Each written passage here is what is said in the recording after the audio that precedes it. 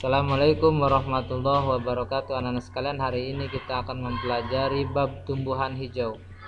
Sebelum mempelajari tumbuhan hijau lebih jauh, harus mengetahui istilah tumbuhan yang mengambil makanan dari tumbuhan atau binatang lain. Itu istilahnya adalah parasit. Tumbuhan yang mengambil makanan dari makhluk hidup yang sudah mati, itu istilahnya saprofit. Kemudian ini pun masih kaitannya dengan di kelas 4. Apa syarat tumbuhan hijau? Yang pertama, syarat tumbuhan hijau harus memiliki klorofil atau zat hijau daun. Klorofil sendiri itu fungsinya adalah menyerap energi matahari untuk melakukan proses fotosintesis. Apa fungsi fotosintesis? Yaitu suatu proses tumbuhan hijau dalam membuat makanan dalam dirinya sendiri. Nah, di kelas 5 ini tambahannya adalah bagaimana reaksi dari fotosintesis. Yang pertama, CO2 bereaksi dengan H2O dengan bantuan cahaya matahari dan klorofil sehingga menghasilkan C6H12O6 dan oksigen. CO2 itu adalah karbon dioksida, H2O adalah air, C6H12O6 karbohidrat, O2 adalah oksigen. Nah, dari reaksi ini kalau ditanya berapa syarat terjadinya fotosintesis, yaitu ada 4. Yang pertama, karbon dioksida, air, cahaya, dan klorofil. Apa hasilnya dari fotosintesis? Yaitu ada 2, karbohidrat dan oksigen. Nah, ini adalah gambar penampang daun yang melintang. Ternyata stomata itu ada, kamu perhatikan, stomata itu berada di bawah daun. Nah, stomata ini adalah sebagai mulut daun. Ini uji karbohidrat. Yang pertama, hancurkan makanan yang akan dites dan pisahkan seperti gambar ini.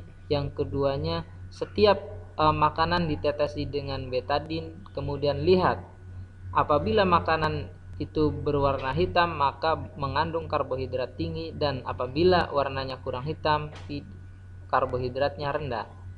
Nah, kemudian tulis. Nah, tugas individu ini adalah bagaimana nama tumbuhan dan tempat cadangan makanan dan kegunaannya. Contohnya adalah rambutan. Rambutan menyimpan cadangan makanan di buah, kemudian padi menyimpan cadangan makanan di biji, tebu menyimpan cadangan makanan di batang, wortel menyimpan cadangan makanan di umbi. Silahkan kalian cari selain rambutan, padi, tebu, dan wortel. Hubungan antara manusia, hewan, dan tumbuhan. Hubungan antara manusia, hewan, dan tumbuhan. Nah, lihat, ini oksigen.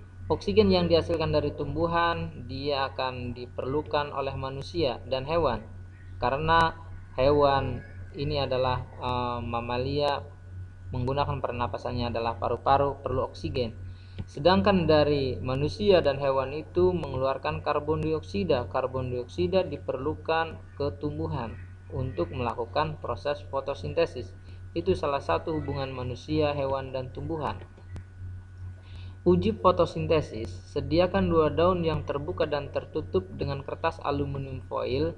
Nah, ini disediakan. Yang keduanya, rebus kedua daun dalam gelas kimia sampai layu.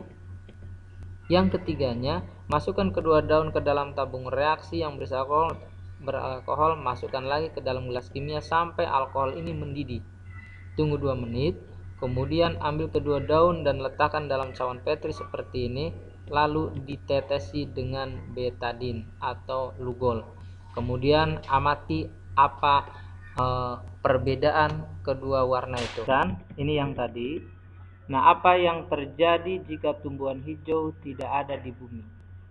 Nah, tentu jika tumbuhan hijau tidak ada di bumi, maka yang terjadi global warming yang ujung-ujungnya nanti adalah kerusakan bumi.